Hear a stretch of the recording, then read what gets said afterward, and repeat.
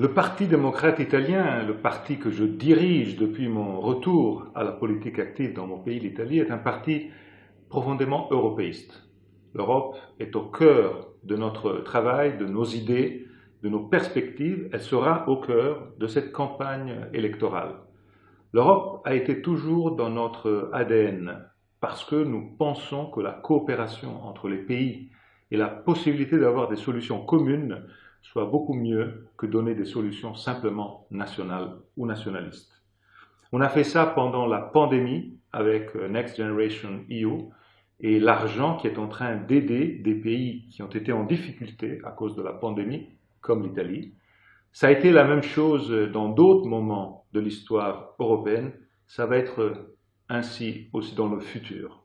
On a besoin d'une Europe forte. On a besoin d'une Europe de la santé, d'une Europe de la solidarité. Mais tout ça, on peut le faire seulement s'il n'y a pas de nationalisme à l'intérieur des pays européens.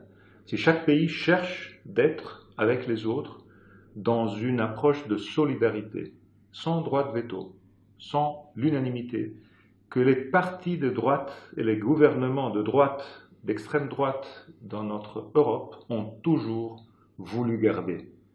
Ce même droit de veto que Orban, ami et allié de la droite italienne, est en train de mettre chaque fois qu'il peut nuire à l'Europe, comme dans les sanctions contre la Russie, comme sur les questions migratoires. Les faits sont plus importants que les discours de campagne électorale et les faits disent qu'au Parlement européen, cette droite n'a jamais soutenu le Next Generation EU, n'a jamais soutenu la création d'une Europe de la santé et les choix de solidarité en faveur des pays en difficulté comme l'Italie. Cette droite a voté contre tous les choix importants qui ont été faits contre le réchauffement climatique.